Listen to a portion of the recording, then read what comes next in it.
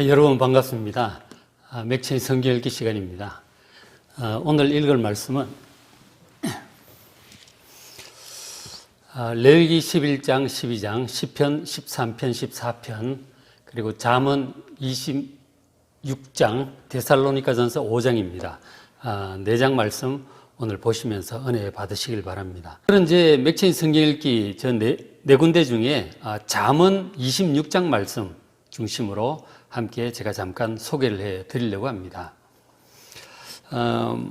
잠언 26장에는 어떤 내용이 나오느냐면 우리가 조심해야 될 세 종류의 사람이 나와요.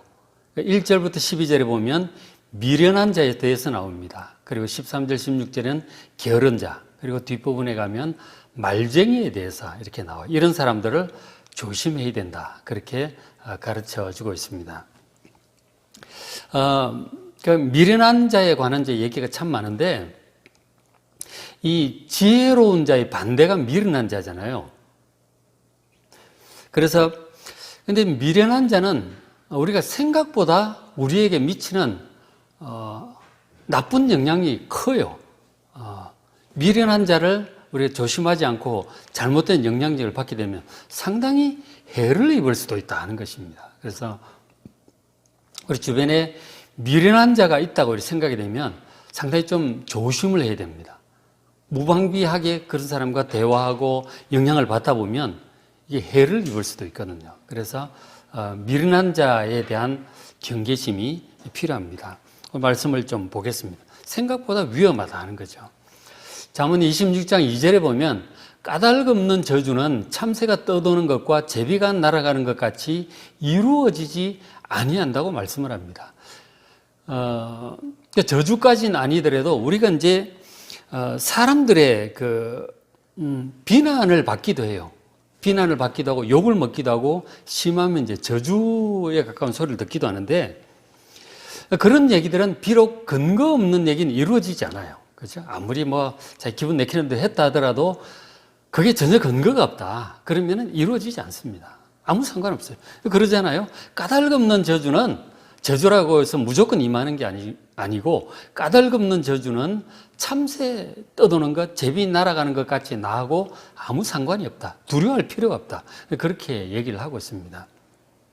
그래서 미련한 자들이 전혀 근거 없는 얘기를 가지고 사람들에게 이렇게 막 비난을 하고 욕을 하고 저주를 그렇게 습관적으로 잘 하는 사람이 있어요.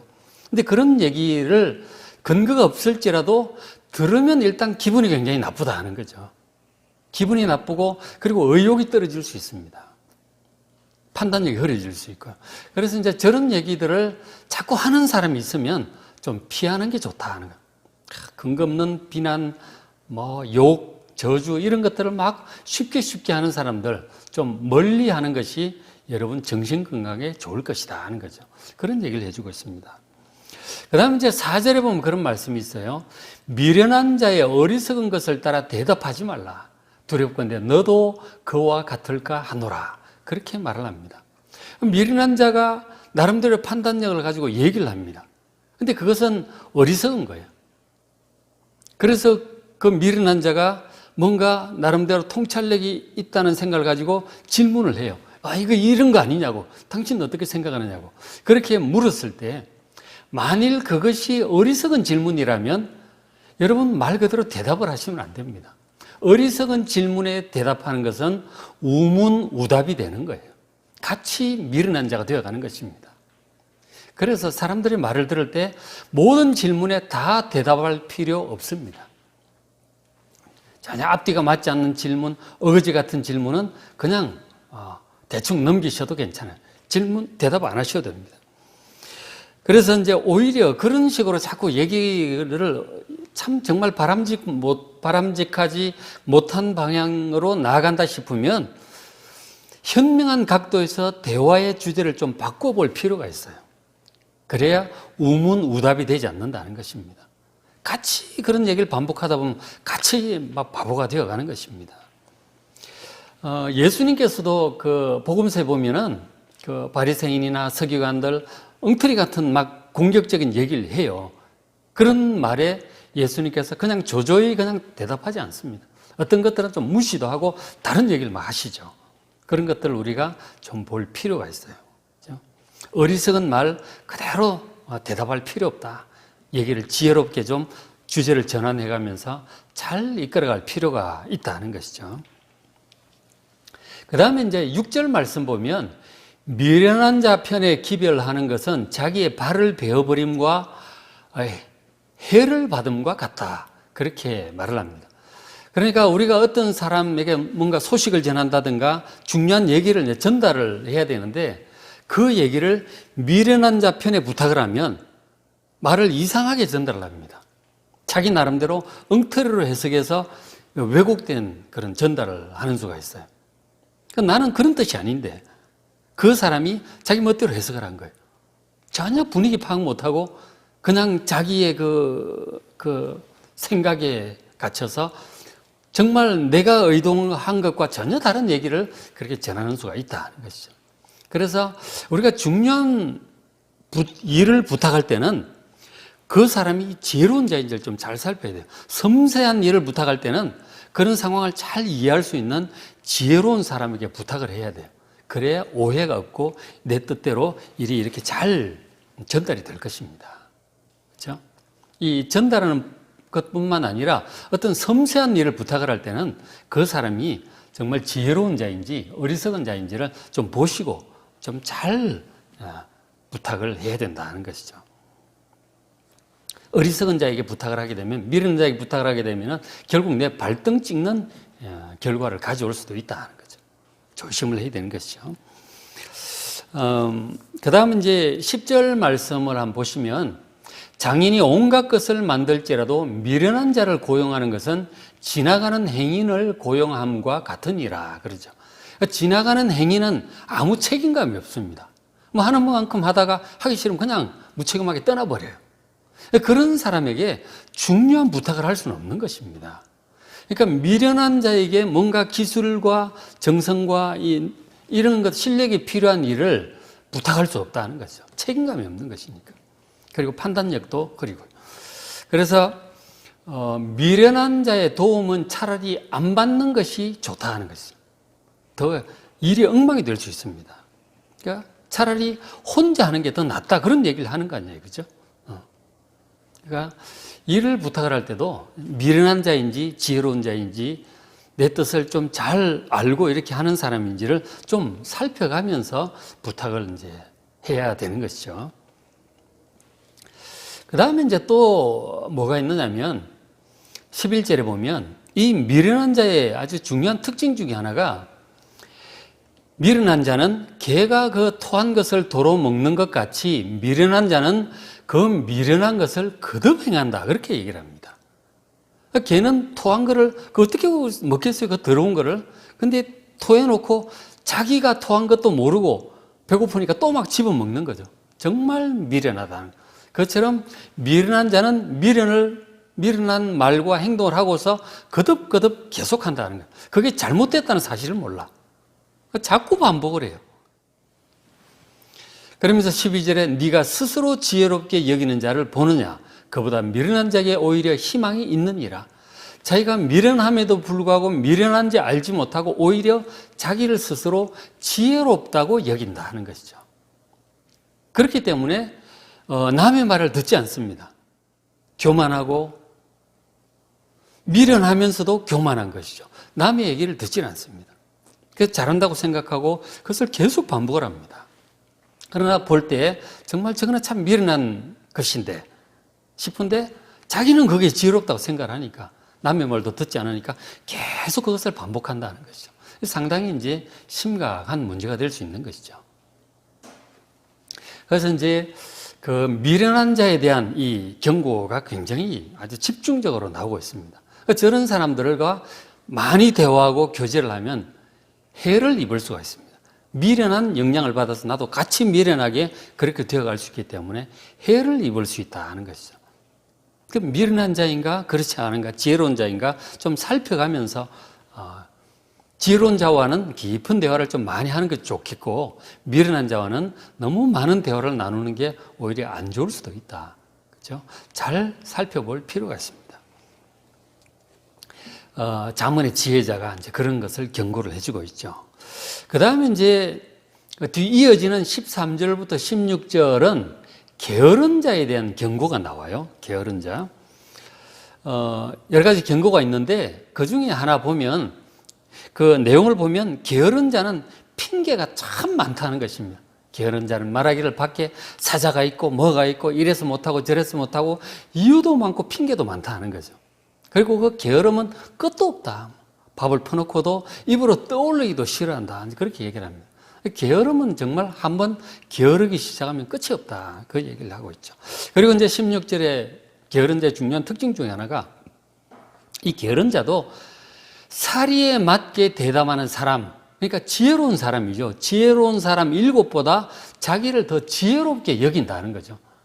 기가 막히잖아요. 그죠? 자기를 더 지혜롭게 여긴대요. 이 게으른 자도 그 게으른 것에 대해서 뭐 나름대로 이제 그 정당화도 하고 이러면서 그 자기 스스로 지혜롭다고 그렇게 생각을 한다는 것이죠. 사람들이 이런 사람 저런 사람 대부분의 사람들이 다 자기를 지혜롭다고 여긴다는 거죠. 그리고는 더 이제 문제가 되는 교만해서 남 얘기를 또 안 듣는 거죠. 그러니까 거기서 벗어날 방법이 없는 것이죠. 그래서 어쨌든 우리 주변에 종종 이제 사람들을 만나게 되는데 종종 만나는 사람 중에 야, 저 사람은 잠언에서 경고하고 있는 정말 미련한 자가 아닐까 그렇게 여겨지면 좀 너무 깊이 있게 많은 대화를 안 하는 게 좋겠다 하는 것이죠. 그리고 가능하면은 여러분 지혜로운 사람을 좀 찾으셔서 그들과 대화하고 교제하는 것이 유익합니다. 그래서 사람들을 이제 대화를 하고 이런 걸 할 때 막연한 수다의 그 재미에 빠져 있지 마시고 미련한 자와의 대화 좀 조심할 필요가 있어요. 그리고 이제 26장 끝부분에 말쟁이에 대해서도 나옵니다. 돌아다니면서 막 말을 만들고 퍼뜨리는 사람, 그런 사람들이 막 분쟁도 일으키고 이간질도 하고 뭐 하여간 그 남의 말하기 좋아하고 그런 얘기에 대한 사람들에 대한 경고도 나와요. 그런 말씀도 한번 보시길 바랍니다. 그래서 우리가 이제 정말 주의해야 될 것 중에 하나가 지혜로운 사람과 대화하는 것, 이것에 대해서 지혜로운 사람을 좀 찾을 필요가 있어요. 주변에 어떤 사람이 지혜로운 사람일까? 그 사람과 대화하는 게 유익해요. 미련한 자는 너무 많은 대화를 안 하는 게 좋겠다는 거죠. 그러면 어떤 사람이 지혜로운 자일까요? 여러분은 어떻게 생각하십니까? 어떤 사람이 지혜로운 자라고 생각하십니까? 한번 채팅창에 한번 써보시면 좋겠어요. 어떤 사람이 지혜로운 자일까요? 그렇죠? 자, 시간이 흘러가니까 제가 이제 잠언에서 얘기를 하고 있는 지혜로운 사람을 이제 몇 가지 내가 들어볼게요. 자, 잠언을 보니까 어떤 사람이 지혜로운 자인가? 하나님을 경외하는 사람이 지혜로운 자라 그랬죠. 그죠? 그래서 자기 생각대로 막 이렇게 가는 사람이 아니고 하나님을 경외하면서 하나님 말씀을 잘 귀 기울여 듣고 묵상하는 사람. 하나님을 경외함으로 하나님 말씀을 잘 주목하는 사람. 자기가 지혜롭다고 생각하기보다 하나님을 경외하는 사람. 그리고 겸손하여 남의 말을 잘 들을 줄 아는 사람. 경청할 줄 아는 사람. 그런 사람이 또 지혜로운 사람이에요. 그 다음에 또 잠언에서 말하는 지혜로운 자는 지혜의 가치를 알고 간절한 마음으로 지혜를 추구하는 사람. 이 이제 지혜로운 자예요. 그 잠언 8장, 뭐 앞에 1장, 2장, 3장 서론 부분에 보면 저희에게 많이 나오죠. 지혜자는 지혜의 가치를 아는 사람이에요. 그래서 저 지혜를 추구하는 사람이 지혜로운 자고, 그 다음에 하나님의 말씀을 읽고 묵상하는 사람이에요. 하나님의 말씀을 자주 읽고 묵상하는 사람이 지혜로운 자입니다. 이제 이런 몇 가지가 잠언에서 얘기하고 있는 그런 지혜로운 사람인 것이죠. 그러면 우리도 이렇게 지혜로운 자가 되기 위해서 저렇게 지혜를 추구하시고 또 지혜로운 사람들을 만나서 대화하고 점점 더 지혜로워지는 여러분 되시길 바랍니다. 자, 오늘 이제 은혜 나눔 순서도 가지겠는데요. 우리가 지금 카메라로 쓰고 있는 핸드폰 사양이 좀 딸려가지고 그 간증하는 그 은혜 나눔하는 사람의 그 화면과 말이 자꾸 어긋나요. 그게 이제 지금 방법을 좀 찾고 있는데 어쨌든 어긋나지만 그렇게 아쉬운 대로 볼륨도 좀 키워서 들으시고 그리고 이제 오늘은 이순아 집사님 우리 이제 은혜 나눔을 들을 텐데 이순아 집사님 집에 컴퓨터 잘하는 박사가 있는 것 같아요. 그래가지고 이순아 집사님 얘기하는 설명 밑에 자막을 다 달아놨어. 그래서 여러분 한번 보시길 바랍니다.